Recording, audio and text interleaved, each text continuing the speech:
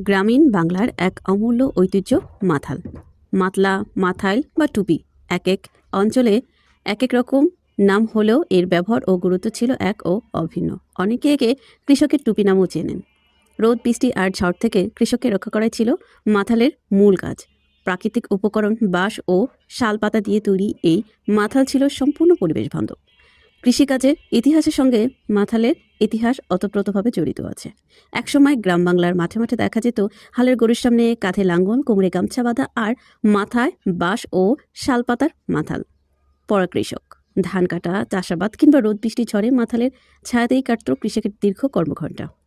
কিন্তু সময়ের পরিবর্তন আর আধুনিকরণের ছোঁয়ায় আজ সেই পরিচিত দৃশ্য প্রায় হারিয়ে গেছে। আধুনিক টুপি ও যন্ত্রের ব্যবহারে গ্রামীণ ঐতিহ্যবাহী মাথাল আজ বিলুপ্তের পথে। যা একসময় ছিল কৃষকের নিত্যসঙ্গী, আজ তা হয়ে উঠেছে স্মৃতির অংশ, ইতিহাসের পাতায় বন্দী এক ঐতিহ্য।